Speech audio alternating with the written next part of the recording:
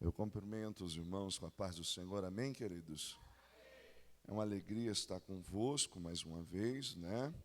Que Deus em Cristo vos abençoe.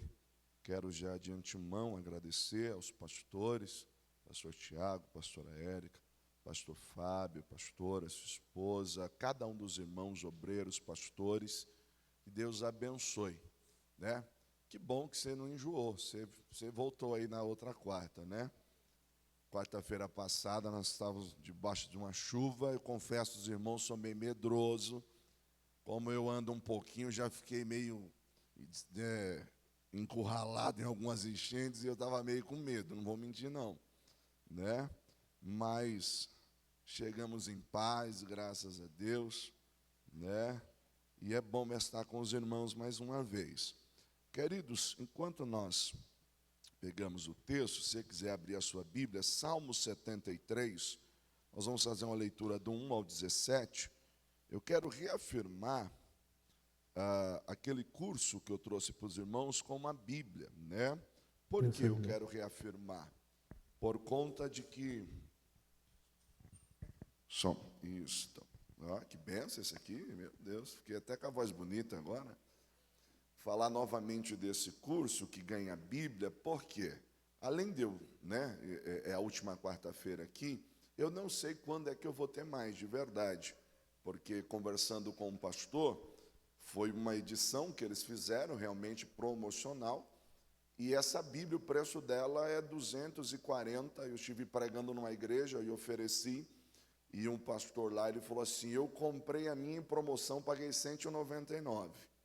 E é 240 o preço dessa Bíblia, 220, 230. Então, você tem o curso Dinâmica da Pregação, 8 aulas, mais material didático do curso e ganha a Bíblia, né? Além do curso te instruir, você tem uma Bíblia, né, que vai te ajudar em muito na sua caminhada. Então, se os irmãos quiserem, ainda tem alguns exemplares aí, apenas R$ 90, você compra o curso e ganha a Bíblia, tá bom? E ganha mesmo, não estou vendendo a Bíblia, você ganha a Bíblia, tá? É uma Bíblia de estudo ótima. Tem muita gente aí que está ajudando demais nas pregações. Eu fui numa igreja, o irmão chegou para mim e falou, pastor do céu, que bênção aquela Bíblia na minha vida. Eu falei, por quê? Agora, quando eu vou dar uma saudação, eu vou lá no comentário, dou uma olhada, então ajuda bastante, tá bom? Meus irmãos, vamos lá. Salmo 73, nós vamos ler do verso 1 até o verso de número 17. Diz assim, certamente Deus é bom para Israel, para com os puros de coração. Quanto a mim, os meus pés quase tropeçaram. Pouco faltou para que eu não escorregasse, pois tive inveja dos arrogantes, quando vi a prosperidade desses ímpios. Eles não passam por sofrimento e têm o corpo saudável e forte. Estão livres dos fardos de todos, não são afligidos por doença como os outros homens. Por isso o orgulho lhes serve de colar e se vestem de violência. Do seu íntimo brota a maldade, da sua mente transbordam maquinações. Eles zombam e falam com más intenções em sua arrogância, ameaçam com opressão. Com a boca arrogam a si os céus, e com a língua se apossam da terra. Por isso, seu povo se volta para eles, e bebem das suas palavras até saciar-se. Eles dizem, como saberá Deus? Terá conhecimento o Altíssimo? Assim são os ímpios, sempre despreocupados, aumentam suas riquezas. Certamente foi inútil manter puro o coração, e lavar as mãos na inocência, pois o dia inteiro sou afligido, e todas as manhãs sou castigado. Se eu tivesse dito, falarei com eles, teria traído os teus filhos. Quando tentei entender tudo isso, achei muito difícil para mim, até que entrei no santuário de Deus, e então compreendi o destino dos ímpios. Amém, meus irmãos? Curve sua cabeça, oremos mais uma vez. Soberano Deus, eterno e poderoso, Pai, te louvo por essa oportunidade. Eu sei que esta igreja já tem nos apresentado os pastores, mas mais uma vez eu lhe peço, ó Deus, fala conosco, Pai, descortina, Senhor, aquilo que está nos nossos corações. Fala conosco de maneira que o teu nome seja glorificado para todos sempre. Amém e amém. Glória a Deus. Queridos, eu quero recapitular com você alguns temas que nós falamos nessas quartas-feiras. Primeiro tema, nós falamos sobre chamado, vocação e continuidade cristã. Às vezes a gente não entende muito como é essa ideia de chamado, vocação e dar continuidade. Depois nós falamos sobre Saul, não é isso? Um obreiro que negociou a Assunção. Depois falamos sobre Davi, matador de gigante. Davi, um obreiro matador de gigante. Falamos na semana passada sobre os conselhos a um jovem pastor. Entendemos um pouquinho qual é a postura que um obreiro deve ter. Um obreiro não pode falar qualquer coisa, um obreiro não pode estar de qualquer jeito, não é? Para ser obreiro não basta querer, né? Tratamos de muitas questões que o tempo nos foi curto. Mas eu orava a Deus pedindo um tema para esta noite. E Deus gritou no meu coração, com todo o respeito que tenho por Ele, saltou no meu coração um tema que diz assim: Asaf, um obreiro em crise. Asaf, um obreiro em crise. Vou pedir para você repetir o tema, só para você lembrar do que a gente tratou nessas quarta-feiras, tá bom? No 3, Asaf, um obreiro em crise, tá? 1, 2, 3. Glória a Deus. Guarda isso no seu coração. Queridos, vamos pensar algo. Vamos discorrer sobre algo. Você já viveu um momento de crise existencial no ministério? Você já viveu um momento de crise na vida? Porque, como eu recapitulei os temas com você, a gente tratou de muitas áreas do ministério.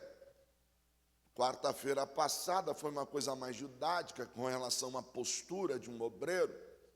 Mas verdade é que, embora você tenha chamada, embora você tenha vocação, você tenha a unção de Deus sobre a tua vida, você não vende Assunção, você está enfrentando gigantes, você está matando gigantes, você, de certa forma, tem uma postura ideal. No entanto, nenhum de nós estamos livres de passarmos por crises. Você já passou alguma crise na sua vida? Crise do tipo, meu Deus, será que é? Será que não é? Será que é para mim continuar? Será que não é para mim continuar? Ei, eu não estou dizendo que você está desviado. Eu não estou dizendo que você não quer saber de Deus. Não, não é isso. Eu estou dizendo que literalmente você pegou aquele dia que você disse assim, cara, não estou bem.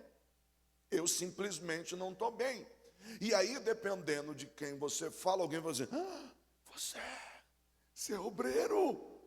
Se você que é obreiro não está bem, imagina eu que não sou. Ou então, melhor, você é um pastor. Nossa, se você que é pastor não está bem, imagina nós, simples mortais, porque a ideia é que o pastor, a pastora é alguém que não passa por crise, não sente nem fome, irmão. O pastor não sente nem fome. Verdade é que nenhum de nós está livre. E é nesse momento de crise que a gente precisa entender, nós como pastores, como obreiros, que o nosso ministério precisa de um realinhamento, que a nossa vida, a nossa chamada com Deus precisa de um realinhamento. E o que é um realinhamento? Realinhar é a ideia de simplesmente trazer de volta a linha, ou colocar de volta nos trilhos. Quando nós falamos de realinhamento, nós estamos falando de alguma coisa que descarrilhou, que precisa ser colocada de volta. Eu não estou dizendo que você está em pecado, eu não estou dizendo que eu estou em pecado, eu estou dizendo que simplesmente, ministerialmente falando, a nossa vida, algo não está legal. E aí, quando nós falamos isso espiritualmente, nós precisamos entender que alguma coisa precisa voltar à harmonia, se realinhar é a ideia de reequilibrar. Nós precisamos entender que espiritualmente, na vida com Deus, na vida ministerial, algo precisa voltar para o trilho. Como assim? Eu preciso voltar a ter o prazer que eu tinha antes. Eu preciso voltar a ter a satisfação que eu tinha antes. Por quê? Porque senão eu só estou indo. E eu não estou dizendo que você é um hipócrita, não estou dizendo que você não faz porque não ama Deus, não, só estou dizendo que a coisa saiu do trilho e a gente diz assim, tá bom, vai, vamos lá, mais um dia. Ai, Jesus, dá graça ao teu servo, vamos lá. Isso acontece. Por que o senhor está falando isso, pastor? Porque eu li um texto que é um texto conhecido como um salmo de Asaf. O que é os salmos? Ou o que são os salmos? Na verdade, a palavra salmo no hebraico terrilim, que traz a ideia de cânticos, louvores. Os salmos são o inário de Israel. Na verdade, né, não são versículos, são versos, estrofes. Quando nós falamos dos salmos, e é interessante isso, porque os salmos é uma lista de 150 cânticos da vida cotidiana da nação. Ou seja, os salmos expressam aquilo que era o seu dia a dia.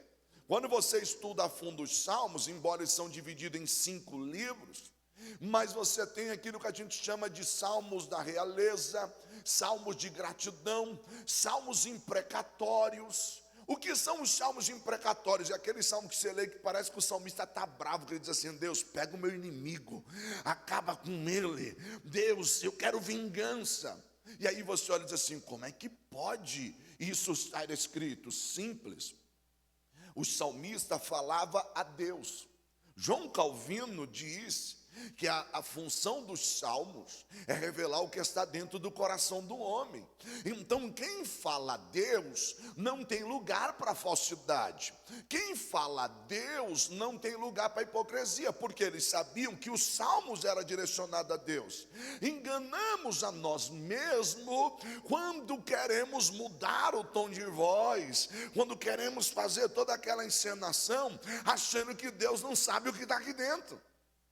Vamos orar, pastor, antes. Ó magnânimo Deus, que a apoteose da tua glória nos envolva nesse conclave espiritual. Aí Deus olha para mim e diz assim, te conheço, sei que você não está com essa bola toda, hoje então você está só o cargo. Hoje então, se não fosse a minha graça, nem aqui você teria chegado. Então às vezes é melhor você dizer assim, Senhor, não queria vir, mas eu vim.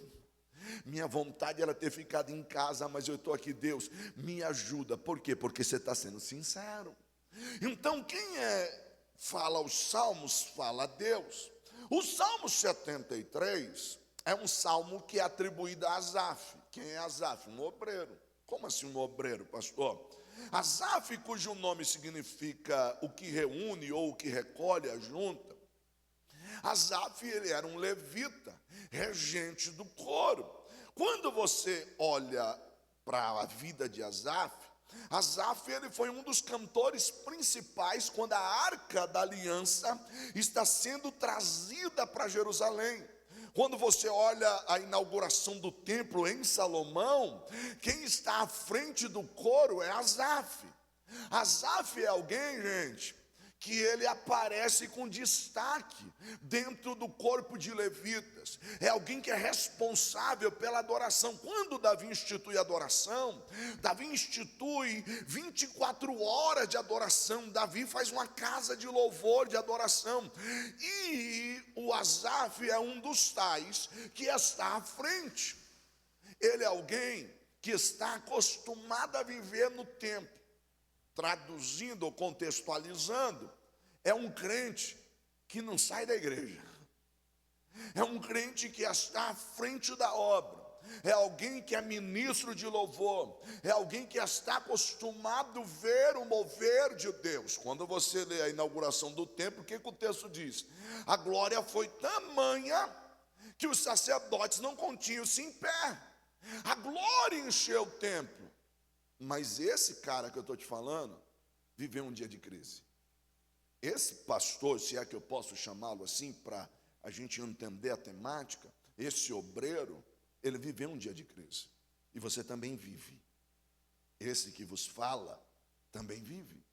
Então, quando nós olhamos para a vida do Asaf, eu preciso entender que o Asaf precisa de um realinhamento. E que eu também preciso. E que talvez você que me ouve precisa. Então, qual é o primeiro erro que o Asaf cometeu em um dia de crise? Você sabia que em dia de crise a gente comete muitos erros? A gente sempre erra, mas tem aquele dia que você olha no espelho, nem o espelho te aguenta, que você olha assim, cara, hoje não mexe comigo você não, que até vai sobrar até para você. Você não está bem. E qual é o primeiro erro que o Asaf cometeu em um dia de crise?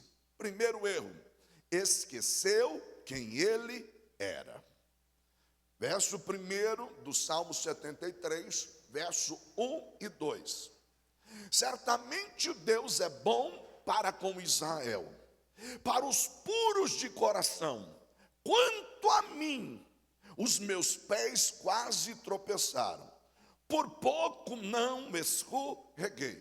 Asaf nos dá uma informação.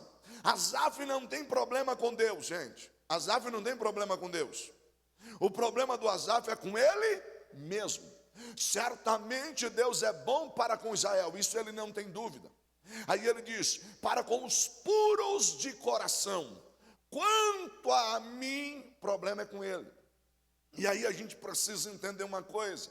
O Asaf tinha um currículo invejável.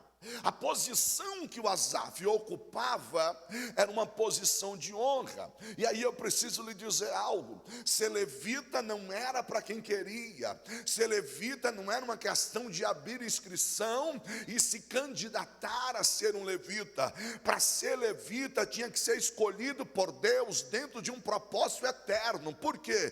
Porque se nascia dentro de uma família para ser separado ao ministério levítico, ou seja, antes de você nascer, Deus já tinha um propósito. Você vai ser um levita, você vai ser um adorador, você vai ser separado para mim.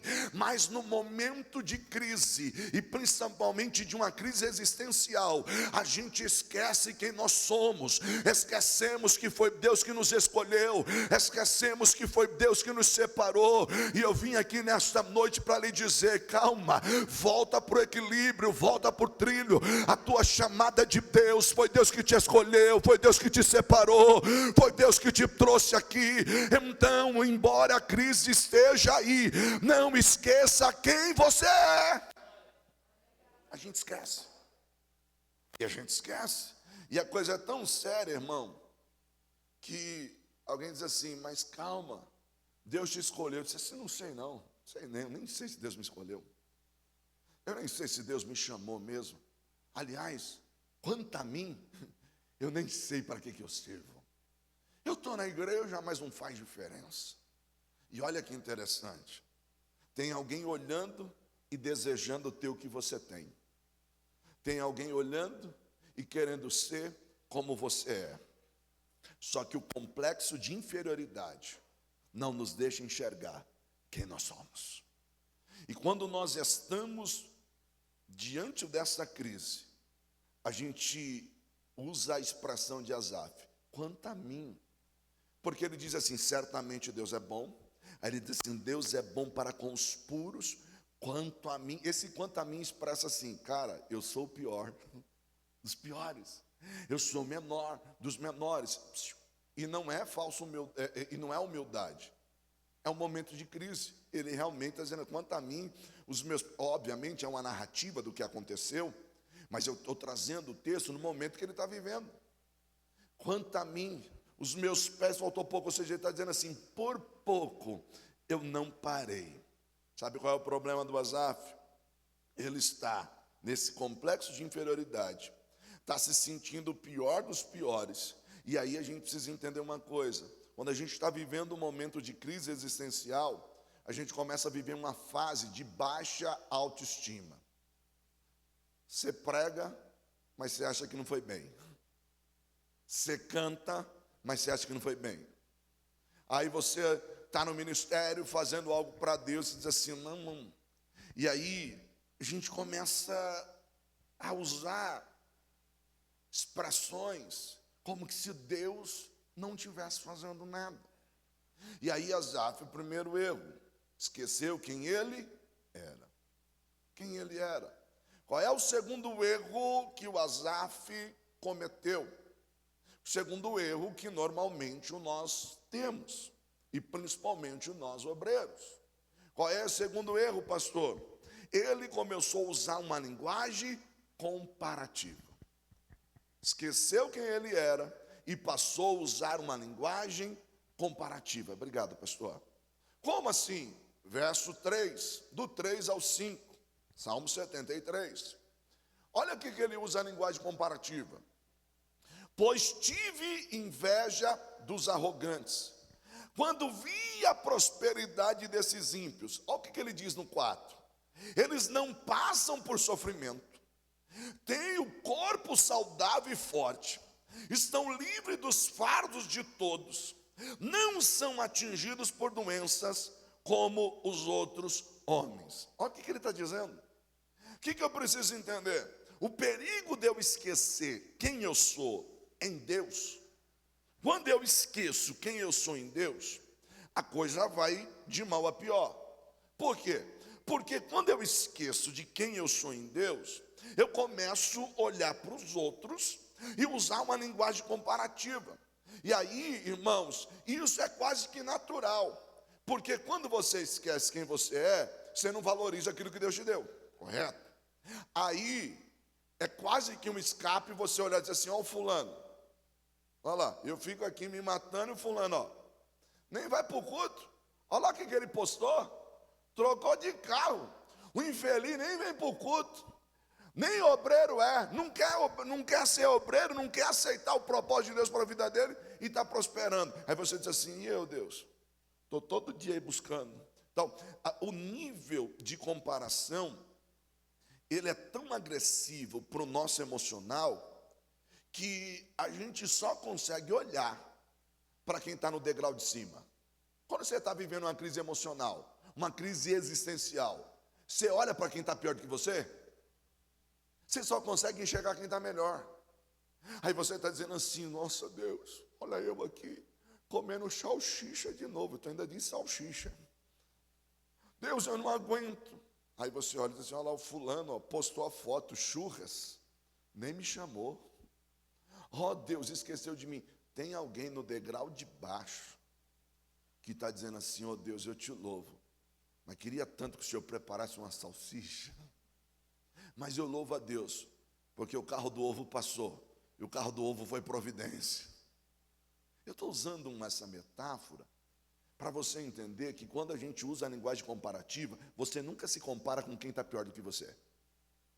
Você sempre se compara com quem está melhor.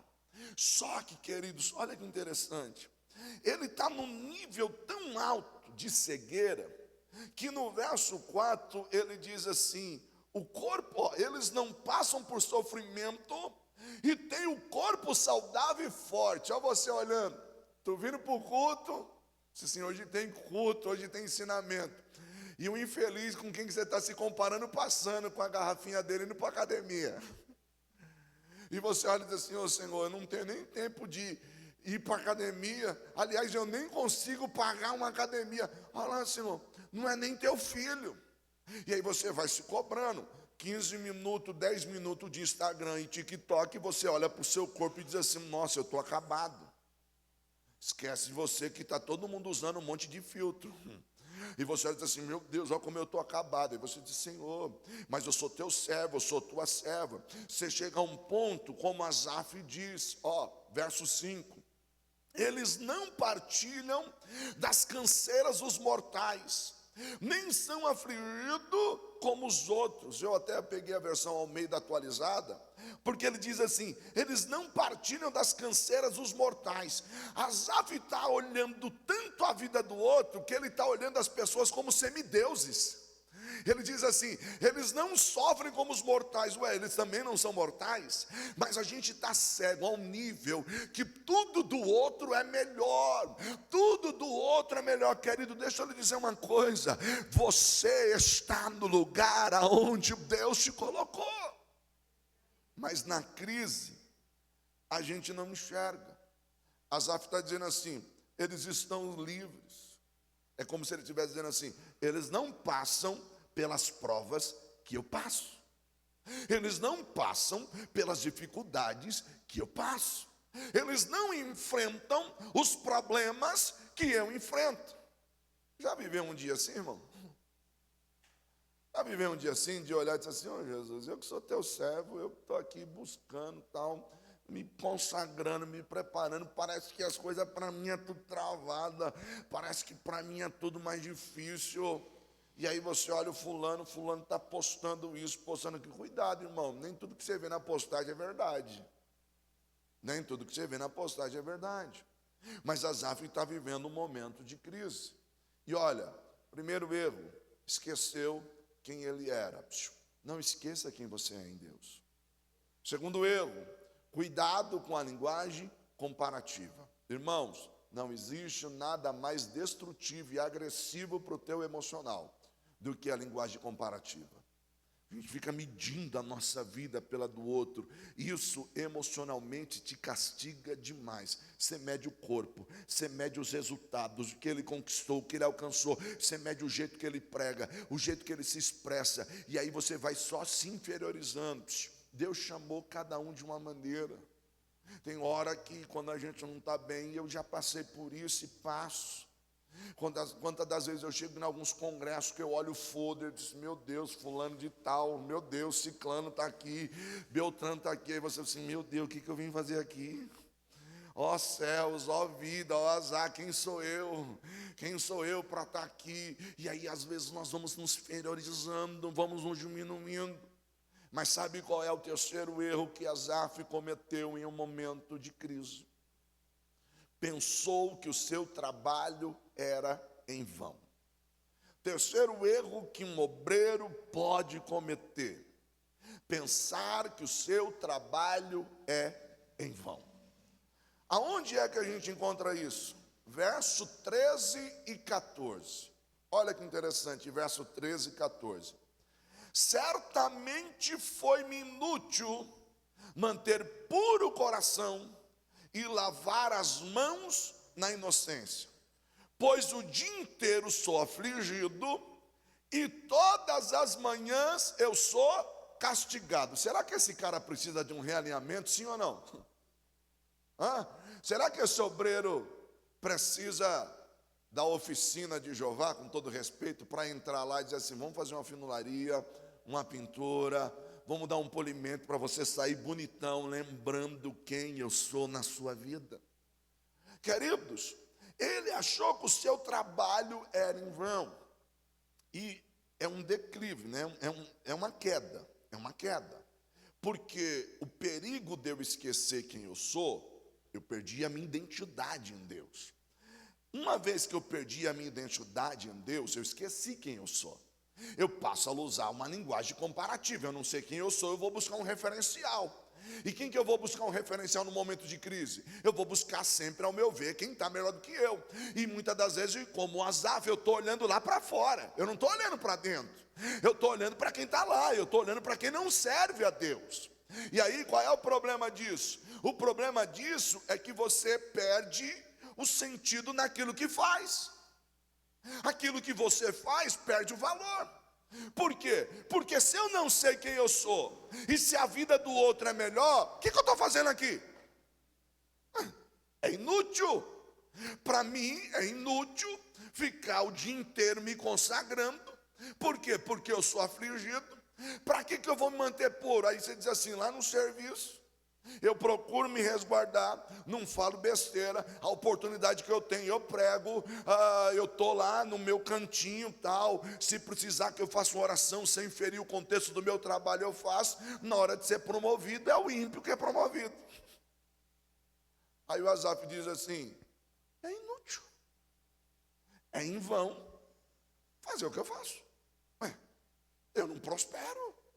Olha quem está prosperando, quem não serve a Deus.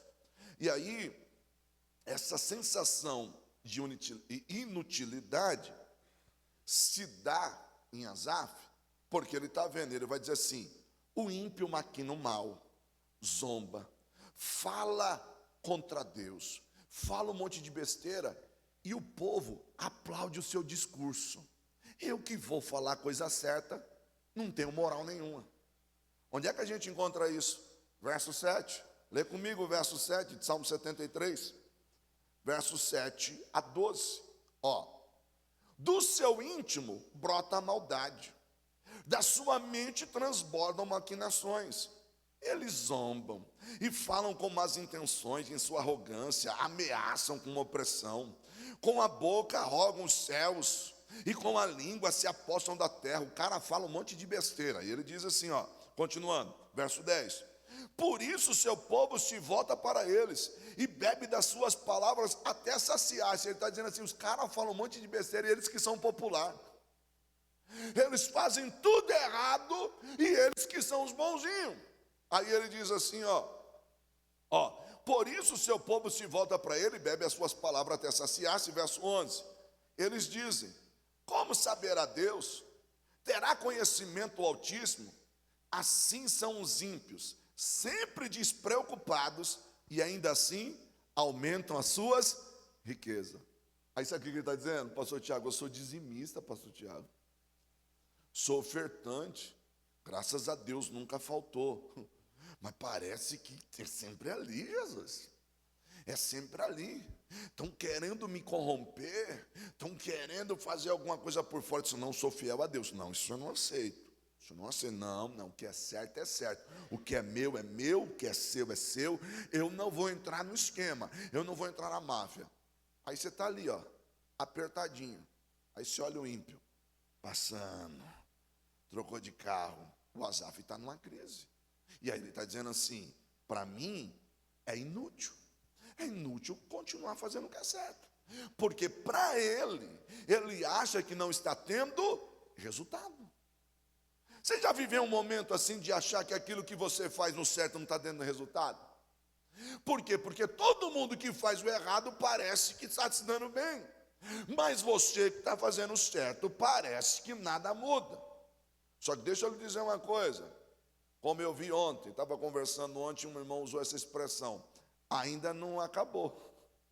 Ainda não é o fim. Engraçado que ele falou isso, a irmã Cláudia tinha falado para mim no carro, né? Então o recado era para mim, né? Que eu estava quase igual a Asaf. E ela falou assim, mas quem disse que já acabou? Aí nós chegamos na igreja, onde nós iríamos ministrar, e conversando antes de começar a aula, o irmão comentando algumas coisas, disse assim, mas eu falo para os ímpios, você pode ir, tá, mas ainda não acabou. Aí quase que eu falei assim, estou entendendo, Jesus. Mas a sensação que dá é que você faz, e não vê nada. Aí, o Asaf, enquanto ele está olhando para o ímpio, dá a sensação de que é perdido. E aí vem o questionamento. Será que vale a pena continuar? Será que vale a pena continuar no ministério, obreiro? Hein, pastor? Será que vale a pena? Estou fazendo tanto. Sentado às vezes com alguns pastores, e eles dizem assim, tanta gente aí, faz tanta besteira, e está aí midiático, parece que a igreja está crescendo, a gente procura fazer o certo, parece que a igreja fica ali. E eu fiquei muito feliz daquilo que eu vi na ministração de ofertas do pastor Tiago, que ele disse assim, irmão, aqui a gente não vem aqui para barganhar, para enganar ninguém, não. Aqui a gente ensina a palavra e ensina você a ofertar por gratidão. Por gratidão. Parafraseando, aqui ninguém vende a bênção. Nós não vendemos a benção. E aí, às vezes, a gente olha, como eu tive com um pastor amigo, e disse assim: pastor, antes eu vou te falar, os camaradas fazem um monte de parece que a igreja está lotada. E a gente está aqui, ó, ralando, ensinando a verdade. E parece que a coisa não vai. Calma, obreiro. Ainda não é o fim. Mas o Asaf está vivendo um dia desse. E qual é o quarto erro que o Asaf cometeu? Vamos lá, o primeiro, ele esqueceu quem ele era em Deus. Deus te chamou, Deus te separou, mas ele está em crise. E se você está em crise, você esquece quem você é em Deus. Uma vez que eu esqueço quem eu sou em Deus, eu começo a me comparar com alguém. E eu não vou me comparar com alguém de dentro, eu vou me comparar com alguém de fora. Ele usa uma linguagem comparativa. Usando a linguagem comparativa, ele logo começou a ter a sensação de que o seu trabalho não tem nenhum valor. É em vão correr cedo para o culto, é em vão abrir igreja, é em vão estar lá, é em vão fazer isso. E ele está vivendo essa crise. E aí, vivendo essa crise, ele comete um quarto erro, que é o que a maioria de nós comete. Qual é o quarto erro, pastor? Ficou tentando entender. Já ficou tentando entender? Eu já. Um monte de vezes. Pastor, onde é que a gente encontra isso? Verso 16. Olha o verso 16. Verso 16. Quando tentei entender tudo isso, achei muito difícil para mim. Irmão, se foi difícil para o Asaf, imagina para mim. Imagina para você. Olha que interessante. Quando eu tentei entender tudo isso o que, pregador? Tudo isso que a gente acabou de relatar. Tudo isso, sensação de inutilidade, sensação de que eu faço, não vejo resultado, sensação de que o outro prospera e eu não, sensação de que o outro tem um corpo saudável. Irmão, a gente vive isso. E eu sei que está gravando, mas deixa eu dizer uma coisa. Quando, pela permissão de Deus, o meu pai partiu, eu entrei numa crise. E eu via pessoas assim, eu falei, meu Deus, camarada vive caindo da cachaça, fumando o dia inteiro. Está aí. E uma pessoa como meu pai, o Senhor recolhe. O Asaf está olhando e está dizendo assim, o ímpio não sente nem dor. E a irmãzinha do ciclo de oração está lá, ô Jesus, tem misericórdia. O ímpio toma cachaça o dia inteiro. E parece que não passa mal. Tu toma um golinho de café e diz que está com azia. Mas tu é insistente, diz assim, em nome de Jesus eu não vou parar.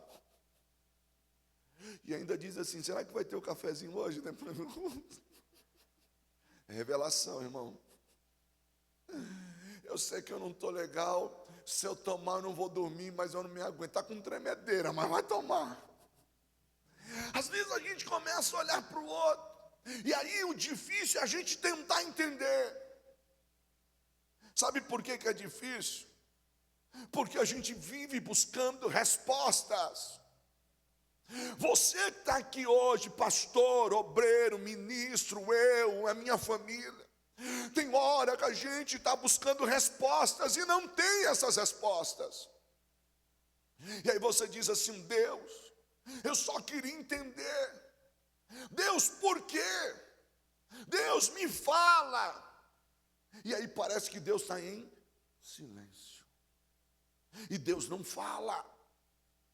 E é interessante porque eu já vivi momentos assim e vivo.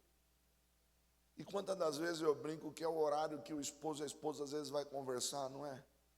Os filhos ajeitou todo mundo para dormir. Aí um dos dois, um dá um cutucão no outro assim, está dormindo já? O esposo normalmente diz assim, não, porque... Aí quando a esposa vai falar, ela ouve ele... Você está dormindo? Você disse que não estava. Disse, não, pode falar. Mas esses momentos... E eu lembro que uma dessas madrugadas, eu disse assim, eu não entendo. Eu disse para minha esposa, eu não entendo. E ela me deu um conselho. Se eu fosse você... eu não ficava tentando entender. E eu falei assim, mas é difícil. Aí eu, estudando isso, o Asaf diz no 16, quando eu tentei entender tudo isso, achei muito difícil para mim. Aí eu pensei, encontrei mais um para o meu grupo. Quando eu tentei entender, achei tudo isso muito difícil. Tem mais alguém que quer entrar no grupo? A gente tenta entender. Você tinha certeza que ia acontecer naquele momento, não aconteceu. Você tinha certeza que ia ser daquela forma, aí você traz a memória, profecias, aí você diz assim, será que eu entendi certo? O erro foi meu, o profeta era da carne, ou então eu não entendi, eu dei um entendimento à profecia que não era. Quando eu falo sobre isso, sabe quem que eu lembro? Do coitado do mensageiro, que levou a mensagem de Jesus para Marta e Maria. Pensa num homem que eu tenho dó. Por quê? Vem cá, moço, vem cá, corre. Pois não, senhora Marta. Vai depressa achar Jesus. Corre, traz Jesus. O Lázaro não está bem. Calma, calma, meu irmão, vai dar tudo certo. Você não para conversar com ninguém. Você não para dar satisfação para ninguém. Encontra Jesus. Tá aí, o que eu falo? É para falar que o Lázaro está doente? Não. Lázaro não. Diga assim, Senhor, está enfermo aquele a quem tu amas. Mulher tem um jeito bom de dar notícia, né? Já toca no emocional dele que eu quero que ele venha correndo. Tem um jeito todo especial de dar notícia. Corre, ó, rapaz, vai, corre. Encontra com Jesus. Eu vim aqui dar um recado da senhora Marta. Martinha, Maria, como que tá os meninos, Lázaro, tá tudo bem? Então, não está bem não. Eu vim dizer que está enfermo aquele a quem tu amas, o Lázaro. O Lázaro. Tá. Mas essa enfermidade não é para a morte. É para o nome de Deus ser glorificado. Uau, irmão, se você é um mensageiro, o que você faz com essa mensagem? Eu venho, irmão, igual aqueles meninos que a mãe manda dar um recado e para você não esquecer, você vai repetindo. Não é para a morte, não é para a morte, é para a glória de Deus. Não é para a morte. O que ele não sabe é que entre ele sair e encontrar com Jesus, o Lázaro piora e morre. Jesus fica mais 2 dias lá, entre um dia para ir, um dia para voltar, 2 dias, Jesus fica mais 2. Verdade é que ele chega, e imagina a cena comigo, todo mundo cabisbaixo, chateado, a casa assim, um movimento meio diferente, o cara com a mensagem, está chorando à toa aí, está se preocupando à toa, não é para a morte, não é para a morte, não é para a morte. Aí ele bate na porta, Dona Marta, zóio inchado, você encontrou Jesus? Encontrei. O que ele falou? Ele falou que não era para a morte, mas morreu. Você entendeu certo, rapaz, o que Jesus falou? Então, eu acho que entendi. Já pensou? Se fosse você, eu tinha certeza que era aquilo. E não foi. O que a Marta está dizendo quando encontra Jesus? Senhor, se o Senhor estivesse aqui, não teria morrido o meu irmão. E o mensageiro? Sem entender nada. Esquece a Marta e a Maria, foca no mensageiro. O camarada tentando entender.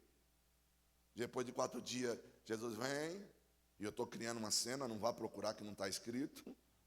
Mas eu fico imaginando ele de longe assim. Tu me enganou, rapaz. Tu me enganou. Eu achei que ia levar uma boa notícia e o negócio está complicado. Aí Jesus vem, né, depois que encontrou com Marta, depois vai a Maria, né, aonde o colocaram? Aí a Maria diz assim, vem e vê. A melhor coisa que você pode dizer para Jesus. Não tenta explicar, só diz, vem e vê.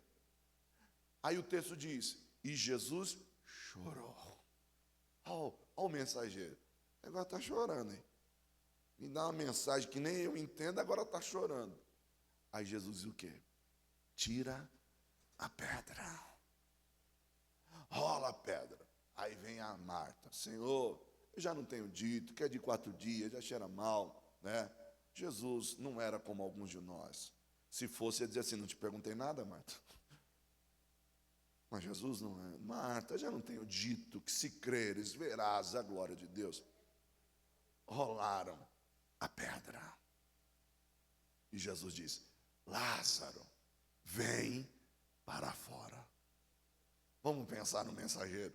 Ó, o mensageiro: agora eu estou entendendo. Agora eu entendi. Não adianta. Tem coisa que você não vai entender na hora. Tem coisa que você não vai compreender. E se você ficar tentando entender, vai ser pesado demais. Não adianta.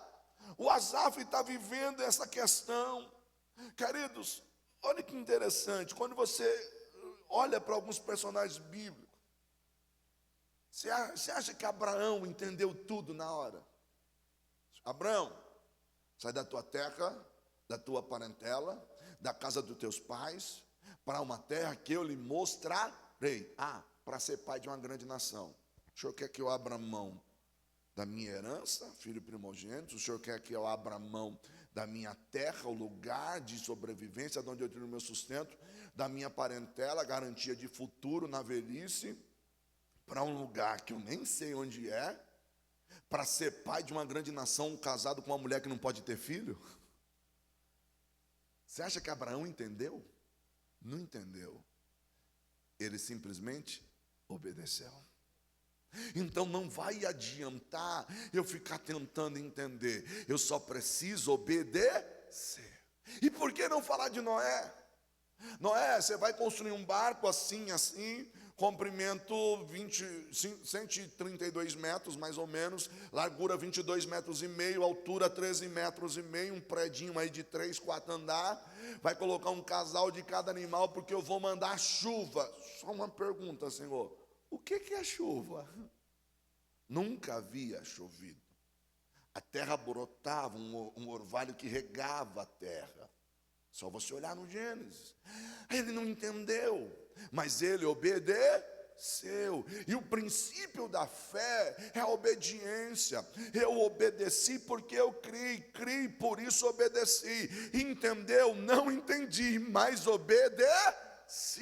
Andar com Deus, obreiro, às vezes é obedecer mesmo sem entender. Pastor, é fazer a vontade de Deus mesmo sem estar entendendo. Você que aqui está, talvez você olhe e diz assim: os meus dias estão passando, os meus filhos já estão crescendo, os meus dias têm sido dentro da casa do Senhor, e algumas coisas eu não entendo. Mas deixa eu lhe dizer, não é em vão o teu trabalho. Deus vai honrar a obra das tuas mãos.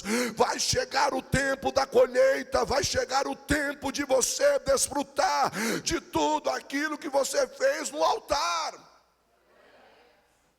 Se não desfalecemos. Se não desfalecemos. Mas qual é o quinto erro do Asaf? Eu brigo com aquele relógio ali é uma benção, irmão. São 120 erros, viu? Estou só no quinto. Nunca mais vocês me chamam aqui, né?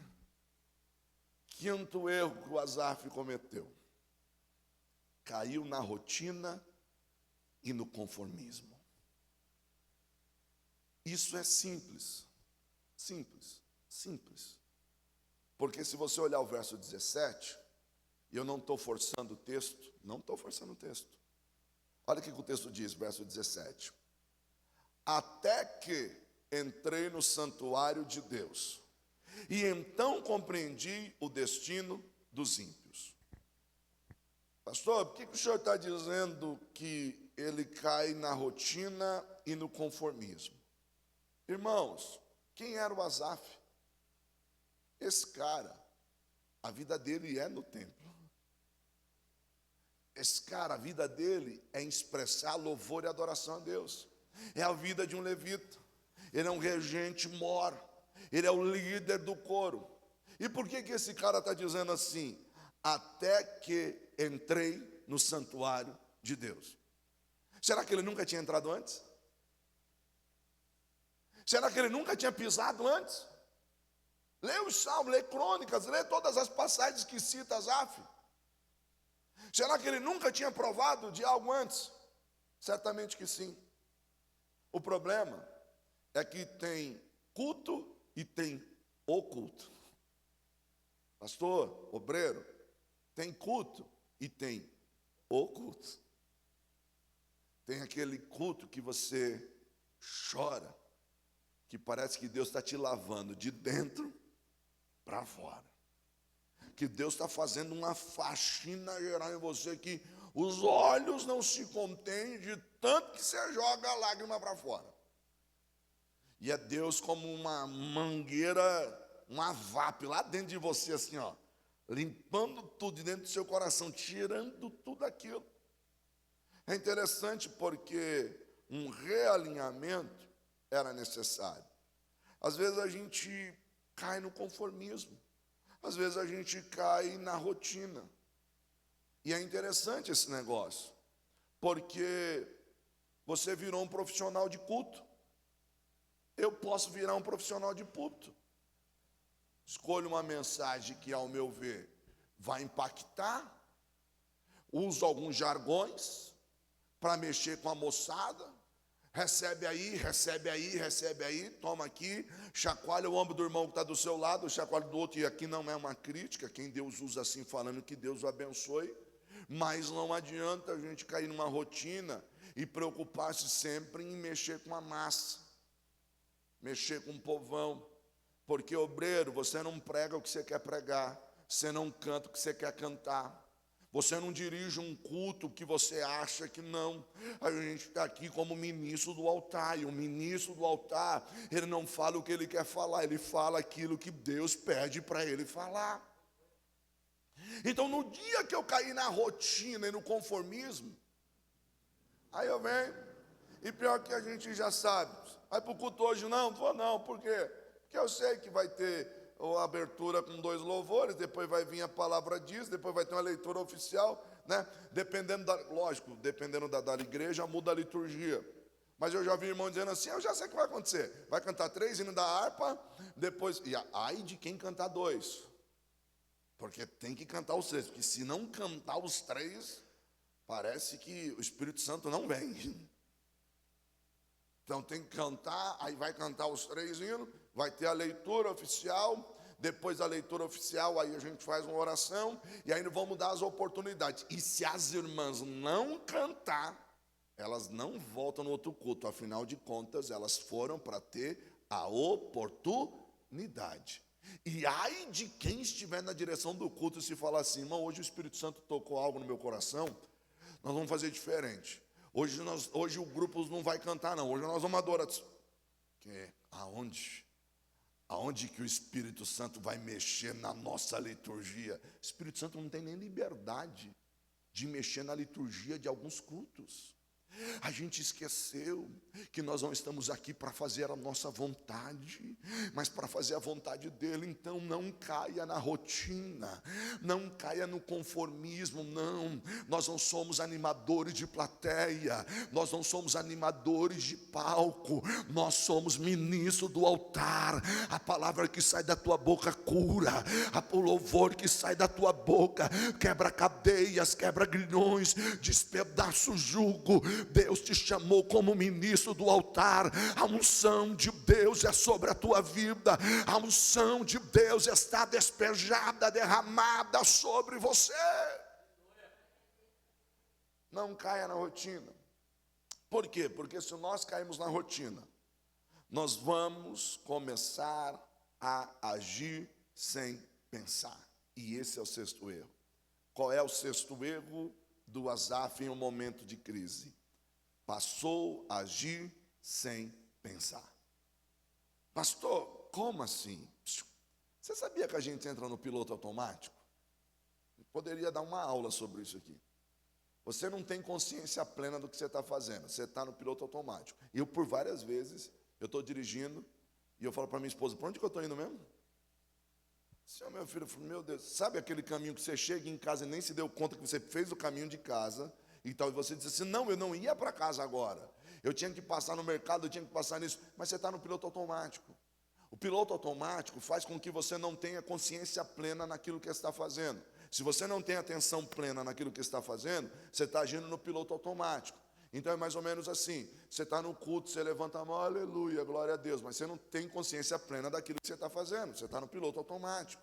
Piloto automático, por exemplo, você saiu de casa e chegou aqui no culto e diz assim, será que eu desliguei a panela? Olha Deus me usando na revelação, irmão.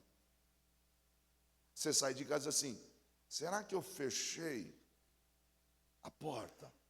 Onde está a chave? Onde está a minha carteira? Aonde está as minhas... A gente entra no piloto automático. Por quê?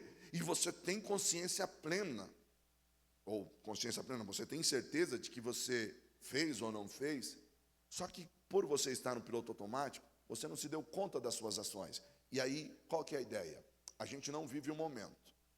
Então nós estamos sempre remoendo o passado ou sofrendo pelo futuro.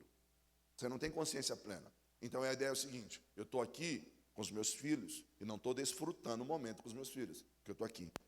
Meu Deus, como é que eu vou fazer tal coisa, tal. E a esposa diz, está tudo bem, não?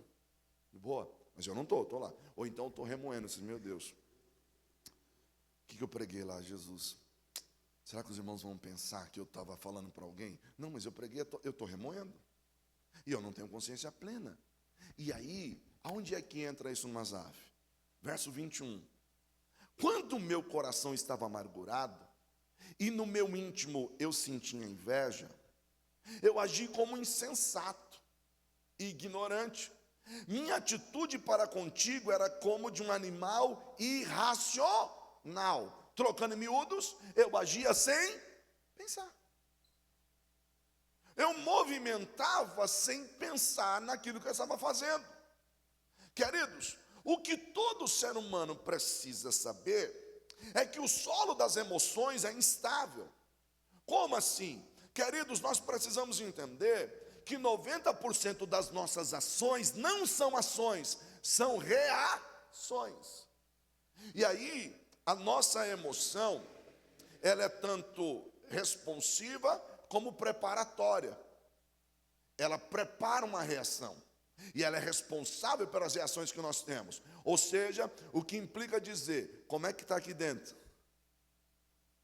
Porque eu posso explodir com uma cerejinha do bolo.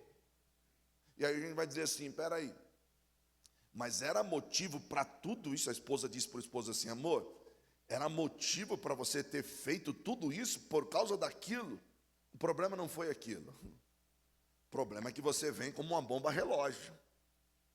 Você está aqui, ó.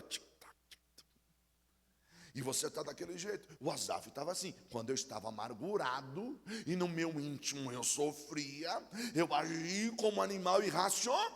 Ou seja, eu agia sem pensar. Tem obreiros que agem sem pensar. Só nas igrejas bem longe, mas bem longe, onde eu vou pregar. Graças a Deus, próximo a nós não tem não é? Posso ouvir um amém? Aí. Mas de vez em quando a gente vive momentos assim. Mas olha que interessante. Aí o Asaf diz assim, até que entrei no santuário de Deus. Asaf está dizendo assim, até que as coisas se realinharam. Até que as coisas voltaram para os trilhos. E aí eu quero pensar com você de maneira bem rápida. O que é que eu posso fazer para realinhar? O que é que eu posso fazer para vencer essa crise? O que eu preciso fazer para vencer esse momento? Primeiro, resgate a sua identidade. Como é que você vai vencer essa crise? Resgate a sua identidade. Verso 17. Até que entrei no santuário de Deus, vírgula, e então compreendi o destino dos ímpios. O que ele está fazendo agora? Ele sabe que ímpio é ímpio, e ele sabe quem ele é. Olha que lindo. Quer vencer o tempo de crise? Resgate a sua identidade. Pare de olhar para os outros e achar que os outros é melhor do que você. Ninguém é melhor do que você e também ninguém é pior. Deus te chamou de maneira especial. A unção que Deus lhe concedeu é ímpar. Existem inúmeros pastores, presbíteros, ministros, e Deus sabe a ferramenta que Ele tem, e é você que Deus vai usar. Então, pelo amor de Deus, sai dessa cova, resgata a tua identidade e entenda, Deus te chamou de maneira especial. Mas aí, eu preciso entender que nunca é mais um culto. Então, nunca entre para ser mais um culto, porque aquele dia pode ser o dia que Deus vai mudar a tua história. Qual é a segunda atitude que Asaf tem para vencer essa crise? Não esqueça que é Deus que te sustenta. Para de usar uma linguagem comparativa. Lembra que é Deus que te sustenta. Na onde que está isso, pastor? Verso 23. Contudo, sempre estou contigo. Tomas a minha mão direita e me sustém. Ele entra no santuário, vê a recompensa do ímpio. Ele diz assim, sabe uma coisa?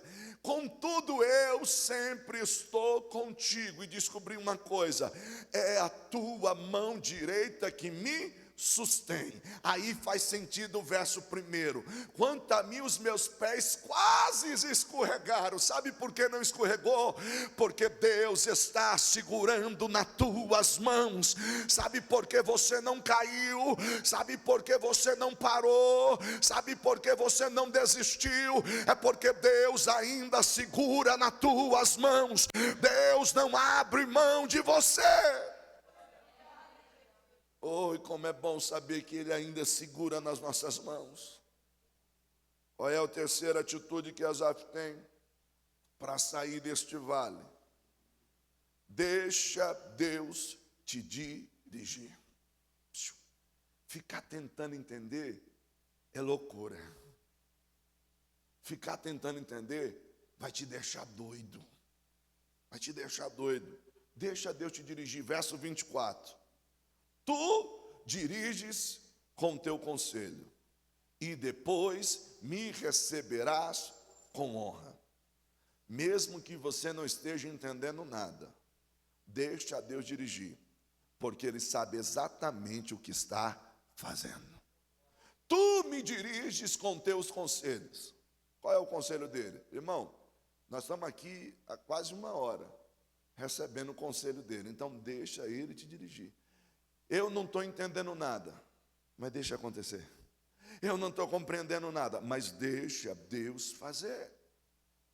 Quarta atitude de Asaf para vencer essa crise: ponha o seu anseio em Deus. Ponha o seu anseio em Deus. Obreiros, ponha o seu anseio em Deus. É para Deus. É em Deus. Verso 25. A quem tenho eu nos céus, senão a ti? E na terra nada mais desejo, além de estar junto a ti. Trocando em miúdos, Asaf é aquele obreiro que chegou e disse assim, sabe uma coisa? Eu quero é Deus. Cansei. A quem tenho eu nos céus, senão a ti? E a quem eu desejo mais na terra, se não está junto de ti? Aí eu lembro de Paulo, como eu citei. Paulo diz assim, para mim o viver é Cristo, e o morrer é lucro.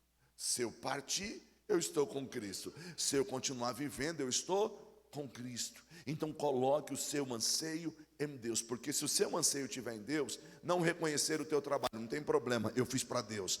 Ah, mas falaram bem de todo mundo e não citaram o teu nome, não tem problema, eu fiz para a glória de Deus. Gastarei, me deixarei gastar, porque o meu anseio está em Deus.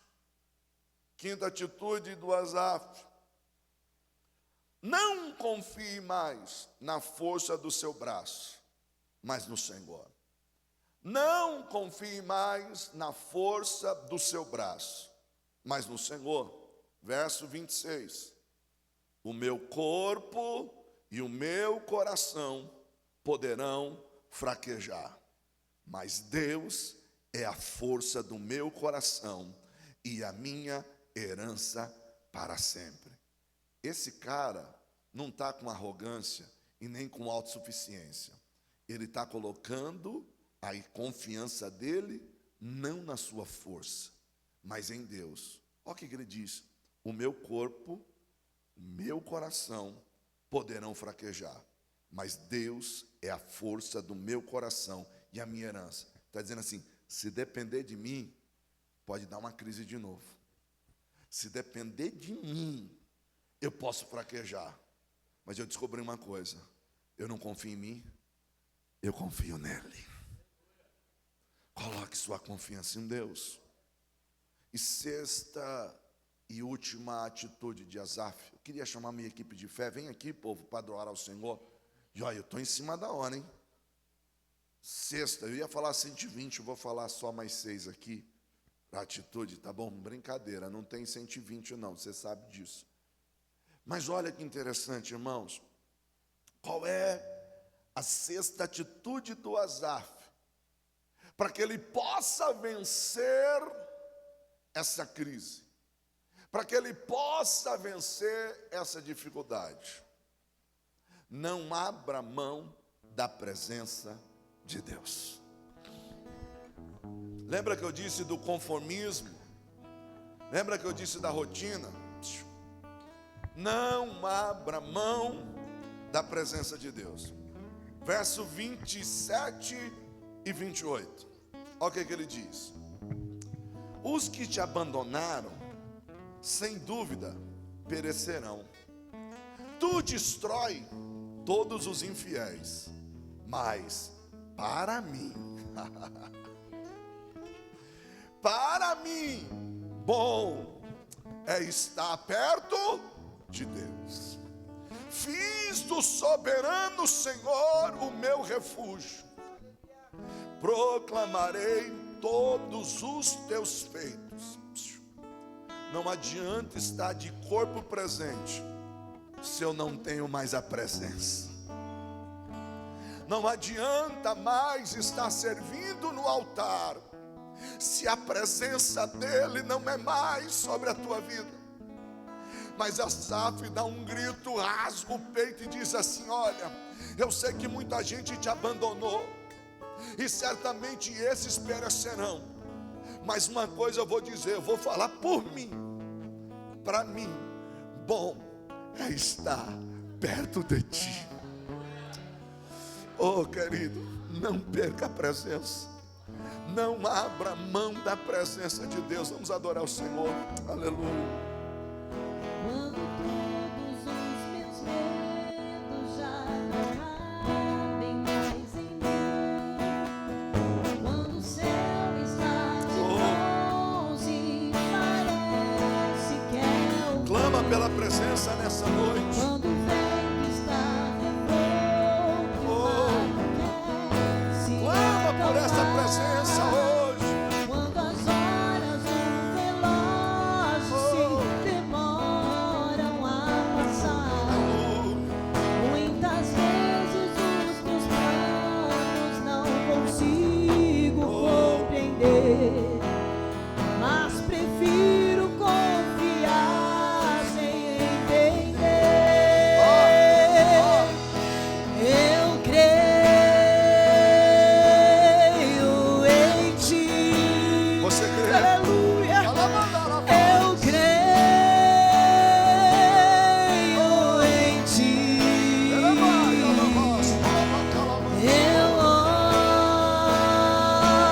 olho pra ti.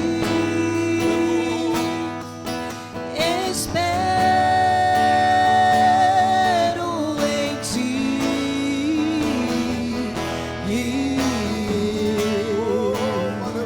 Aleluia. Oh, olha o que ele te diz. Quando você sente medo ao seu lado, eu estou. E saiba que eu sinto a sua dor. Nunca, nunca se esqueça que este mar posso acalmar, e que eu sei o tempo certo da vitória te entregar. Este tempo é necessário pra te amar. Aleluia! E depois tem novidade pra... Sabe por quê, meu querido? Olha, eu cuido de ti, eu cuido de ti. Descansa, meu filho, descansa em mim. Comece a sorrir. Olha, porque você pode sorrir. Aleluia. O que eu tenho é bem maior. Aleluia. Pois só eu sei o amanhã. Então recebe o abraço meu, pois na tua vida cuido eu.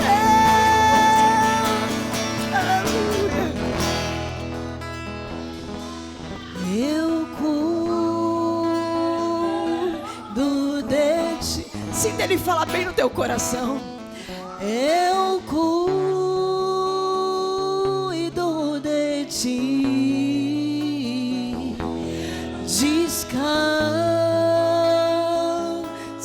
em... Oh, ele é teu pai. Comece a sorrir.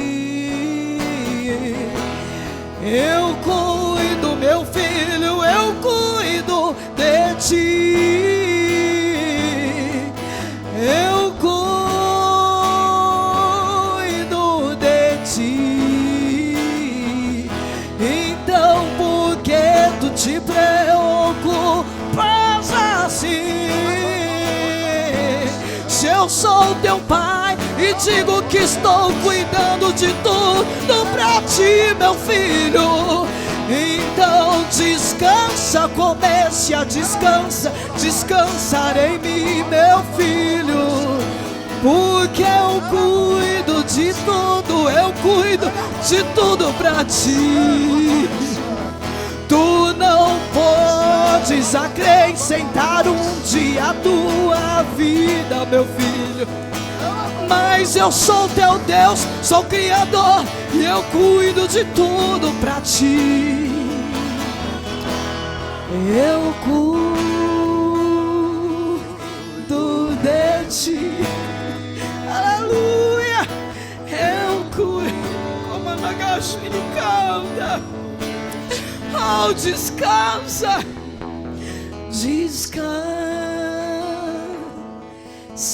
em mim. Comece a sorrir.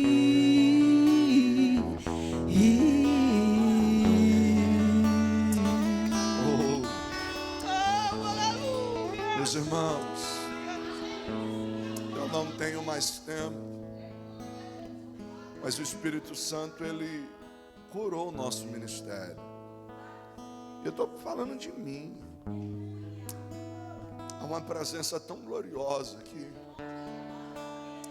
Deus te chamou, viu? Deus te chamou. Elevasto, bicandará. Pastor Fábio, Deus te chamou.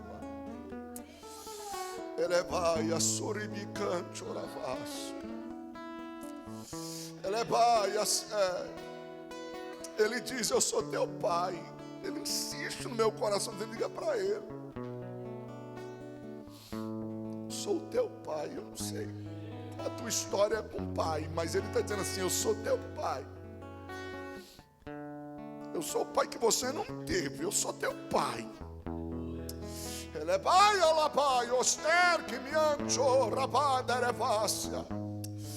Oh, receba a cura aí, irmão. Cura da tua alma. Asaf está dizendo assim: até aqui entrei. Você vai entrar e dizer assim: Deus, o Senhor restaurou meu ministério. E não é porque eu estou pregando, não. É porque é o tempo de Deus para a tua vida, para a minha vida. Se prepare, Deus vai te usar. Deus vai te usar. Deus vai te usar. Que Deus em Cristo vos abençoe. Foi muito bom a gente ter estado essas quarta-feiras juntos. Deus abençoe. Aplauda Jesus que Ele merece. Deus abençoe. Obrigado, pastor Tiago, pastoras, obreiros. Vocês dispensam comentário, né? Falar de vocês, né? Embora a gente não lembre o nome de todos, mas vocês já moram no nosso coração e não pagam aluguel, tá bom, irmãos? Deus abençoe. Se você quiser o curso que ganha a Bíblia, a gente vai expor ali. Se eu fosse você, aproveitava a oportunidade. E eu não estou aqui, irmão, por conta de vender, mas é a questão de você ter uma Bíblia dessa de estudo, né? Se Deus te der condições de você comprar muitas outras, amém. Bíblia nunca é demais. Às vezes eu vou estudar, eu pego 3, 4 Bíblias de estudo, pego um livro e tal, e olho um negócio ali e tal. Então, é uma ferramenta que vai te ajudar. Obreiro que não investe em ferramenta, vai pregar o quê? TikTok? Não pode, né? Então, se você quiser, nós temos aí. Gente, Deus abençoe. Obrigado, pastor.